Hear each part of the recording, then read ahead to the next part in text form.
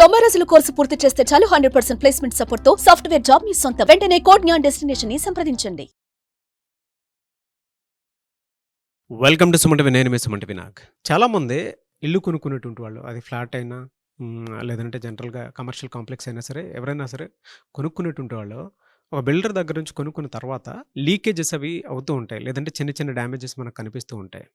అయితే వీటికి సంబంధించినటువంటి వాటిల్లో మనం సఫర్ అవుతూ ఉంటాము. బట్ ఇది ఎవరికి చెప్పుకోవాలో అర్థం కానిటువంటి పరిస్థితి. ఎందుకంటే బిల్డర్ మనకు హ్యాండ్ ఓవర్ చేసిన తర్వాత మనం తీసుకుంటాము, వాళ్ళ పని అయిపోతుందని వాళ్ళు కూడా వెళ్ళిపోతూ ఉంటారు. బట్ దీనికి సంబంధించి ఢిల్లీ కన్జ్యూమర్ కోర్టులో చారిత్రాత్మక తీర్పు ఒకటి ఇవ్వడం జరిగింది.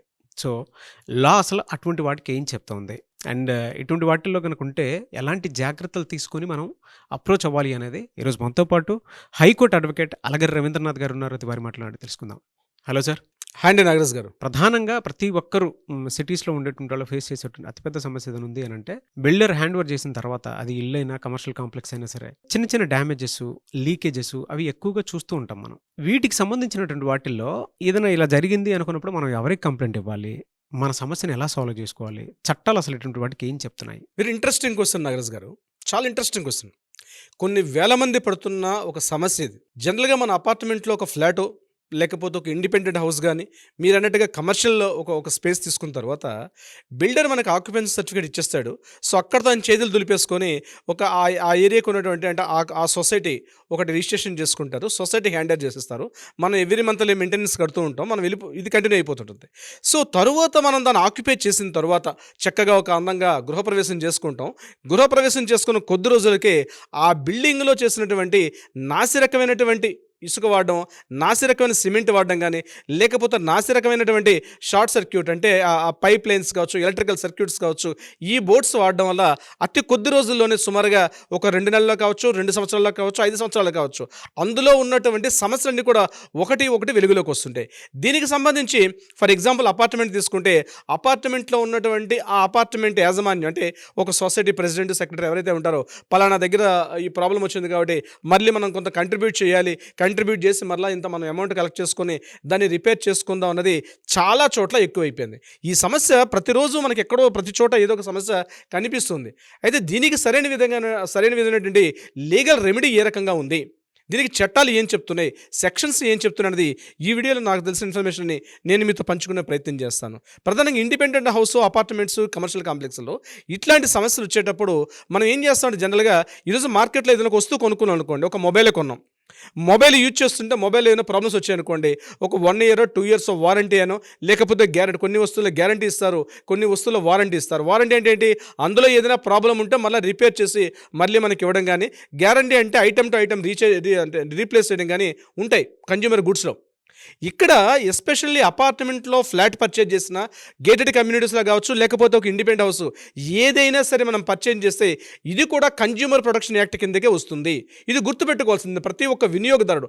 ఇతడు ఒక బిల్డర్ దగ్గర నుంచి కొనుక్కుంటున్నాడంటే ఖచ్చితంగా ఇతను కన్జ్యూమ్ చేస్తున్నాడు కాబట్టి ఈయన కన్జ్యూమర్ అవుతాడు. ఇతనికి కన్జ్యూమర్ ప్రొటెక్షన్ యాక్ట్ ఉంది, కన్జ్యూమర్ ప్రొటెక్షన్ యాక్ట్ కింద ఇది కూడా వస్తుంది అనమాట. సో దీనికి సంబంధించి రీసెంట్గా ఢిల్లీ కన్జ్యూమర్ కోర్టులో ఒక కేసు వచ్చింది. 1999లో ఒక ప్రాపర్టీ పర్చేజ్ చేసిన తర్వాత ఒక ఆవిడ, వాళ్ళ హస్బెండ్ చనిపోయిన తర్వాత ఆవిడ ఇతరత్ర కారణాల వల్ల ఆవిడ వేరే చోట ఉన్నటువంటి సమయంలో ఇక్కడ మెయింటెనెన్స్ పే చేస్తుంది, బిల్డింగ్లో రకరకాలుగా అంటే క్లీనింగ్ ఎప్పుడు పెట్టుకున్నది. కానీ ఈవిడ మళ్ళీ 4 years తర్వాత వచ్చేసరికి ఆ బిల్డింగ్ టోటల్గా పెచ్చులుడిపోయి, ఆ బిల్డింగ్లో ఎక్కడెక్కడైతే పవర్ సర్క్యూట్ బోర్డ్స్ ఉన్నాయో అవన్నీ పూర్తిగా డ్యామేజ్ అయిపోయి, అవన్నీ కూడా చెదలు పట్టేసి పడిపోయినటువంటి స్థితిలో ఉండి, మరలా ఆ ఇంట్లో నివాసయోగ్యం కానటువంటి అత్యంత దయనీయ స్థితిలో ఉంటే ఆవిడ ఇమ్మీడియట్గా ఏం చేశారంటే ఆ బిల్డింగ్లో ఉన్నటువంటి యాజమాన్యానికి చెప్పడం జరిగింది, ఇది మీ బిల్డింగ్లో ఫ్లాటే కాదండి, టోటల్ బిల్డింగ్ అంతా కూడా అట్లా ఉంది, బట్ బిల్డర్ మాత్రం నాకేం సంబంధం చెప్పి ఆయన తప్పించుకొని తిరుగుతున్నాడు. ఇటువంటి సమయంలో మనం ఏం చేయలేదండి, మళ్ళీ మనందరం కూడా కొంత అమౌంట్ మనందరం కూడా అక్కడ మనం కొంత అమౌంట్ని మనం కంట్రిబ్యూట్ చేసుకొని మనం రిపేర్ చేసుకోవాల్సింది తప్ప వేరే గత్యంతరం, ఎందుకంటే బిల్డర్ కట్టేసి మనకు ఆక్యుపెన్సీ ఇచ్చేసి వెళ్ళిపోయాడంటే ఆవిడ అక్కడ యాక్సెప్టెన్స్ ఇవ్వకుండా ఇమ్మీడియట్గా ఆవిడ డిస్ట్రిక్ట్ కన్జ్యూమర్ కోర్టులో దీనికి సంబంధించి కేసు ఫైల్ చేశారు. సో డిస్ట్రిక్ట్ కన్జ్యూమర్ కోర్టులో కేసు ఫైల్ చేసినప్పుడు ఏం జరిగింది అంటే, ఇమీడియట్ కన్జ్యూమర్ కోర్టు లేదు బిల్డర్ కట్టేశాడు, అందులోకి చాలా ఓల్డ్ బిల్డింగ్ 20 years బిల్డింగ్ కాబట్టి మీకు ఎటువంటి నష్టపరిహారం రాదని చెప్పి అక్కడ డిస్ట్రిక్ట్ కన్జ్యూమర్ కోర్టు కూడా ఈ కేసుని కొట్టివేశారు. కానీ ఆవిడ ఇమీడియట్గా ఆ కేసుని మళ్ళీ తీసుకెళ్లి స్టేట్ కన్జ్యూమర్ బోర్డులోకి వెళ్ళడం జరిగింది. అక్కడ చేసినప్పుడు స్టేట్ కన్జ్యూమర్ ప్రొటెక్షన్ బోర్డు వాళ్ళు దీని మీద పూర్తిగా చర్చించి ఒక చారిత్రాత్మకమైన తీర్పు ఇచ్చారు. ఏం చెప్పారంటే సెక్షన్ 24A ఏం చెప్తుందంటే కన్జ్యూమర్ ప్రొటెక్షన్ యాక్ట్లో ఏ వస్తువైనా సరే, ప్రధానంగా ఇట్లాంటి అపార్ట్మెంట్ బిల్డర్స్ కన్స్ట్రక్షన్ చేసిన అపార్ట్మెంట్ కావచ్చు, ఫ్లాట్స్ కావచ్చు, మీరు ఎప్పుడైతే ప్రాబ్లం డిటెక్ట్ చేశారో, ప్రాబ్లం డిటెక్ట్ చేసినప్పటి నుంచి ఎగ్జాక్ట్లీ 2 ఇయర్స్లోగా మీరు ఆ విషయాన్ని మీరు కోర్టు నోటీసులో తీసుకొస్తే బిల్డర్ దీనికి పూర్తిగా బాధ్యత వహించాల్సి వస్తుంది అని చెప్పి ఒక కోర్టు తీర్పు ఇవ్వడం అయితే జరిగింది. దానికి సంబంధించి ఇమీడియట్గా ఆ కోర్టు సెక్షన్ 24A ప్రకారం ఇమీడియట్గా బిల్డర్కి కంపెన్సేషన్ పే చేయమని చెప్పి కోర్టు నష్టపరిహారం ఇవ్వమని చెప్పి కూడా ఈ కేసుకు సంబంధించి ఇవ్వడం జరిగింది. అంటే నేను ఎందుకు ఈ వీడియోలో మీకు చెప్తున్నానంటే, అపార్ట్మెంట్లో ఫ్లాట్స్ కొనుక్కున్న వాళ్ళైనా లేదా ఇండిపెండెంట్ హౌసెస్ కొనుక్కున్న వాళ్ళైనా మనకి చట్టం మనకి పూర్తి రక్షణ బాధ్యత కల్పిస్తుంది. మీరు ఒక సివిల్ ఇంజనీర్ ద్వారా ఆ బిల్డింగ్ యొక్క పూర్తి యొక్క దాని యొక్క రెసిస్టెన్స్ ఎంత ఉంది, పవర్ ఎంత ఉంది, ఏ స్టీల్ వాడారు, ఎన్ని రోజుల ప్రొడక్షన్ ఉంటుంది, ఏవైనా డ్యామేజెస్ ఉన్నట్టయితే ఖచ్చితంగా మీరు గుర్తుపెట్టుకోండి. ఇమ్మీడియట్గా మీరు డిటెక్ట్ చేసిన తర్వాత పూర్తి ఆధారాల ద్వారా వితిన్ 2 ఇయర్స్లోగా మీరు కేసు ఫైల్ చేసుకుంటే, కన్జ్యూమర్ కోర్టులో ఫైల్ చేసుకుంటే డెఫినెట్గా మీకు బిల్డర్ దగ్గర నుంచి నష్టపరిహారం రావచ్చు, లేదా ఆ బిల్డర్ మళ్ళీ రెన్యువేట్ చేసి కూడా మీ ఫ్లాట్ మీకు హ్యాండ్ ఓవర్ చేసే అధికారం ఖచ్చితంగా బిల్డర్కి ఉంటుంది. చేసి ఇవ్వాల్సిన పరిస్థితి కూడా బిల్డర్ కూడా ఉంటుంది నాగరాజు గారు. ఎందుకంటే ఒక ప్రాపర్టీ కొన్ని లక్షలు పెట్టి మనం కొంటాం, కొన్ని కోట్ల ఈరోజు మనం హైరేజ్ అపార్ట్మెంట్ చూసినట్లయితే కొన్ని కోట్ల రూపాయలకి వెళ్ళిపోయింది అపార్ట్మెంట్లో ఫ్లాట్స్ కూడా. ఈరోజు స్క్వేర్ ఫీట్ కాస్ట్ మీకు ఈరోజు మినిమం 6,000 5,000 నుంచి కూడా చాలా కాస్ట్లీ.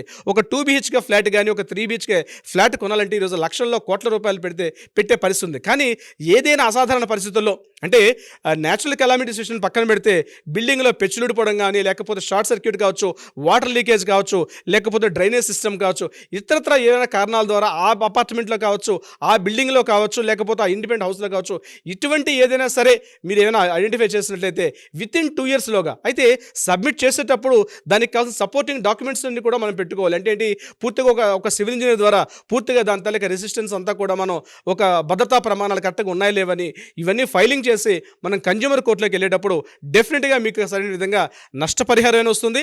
అంతేకాకుండా దానికి సంబంధించిన ఒకవేళ బిల్డర్కైనా డైరెక్ట్గా కోర్టు ఆదేశించి వాటిని మళ్ళీ రెన్యువేట్ చేయమని చెప్పి కూడా కోర్టు చేసే పరిస్థితి కూడా ఉంటుంది.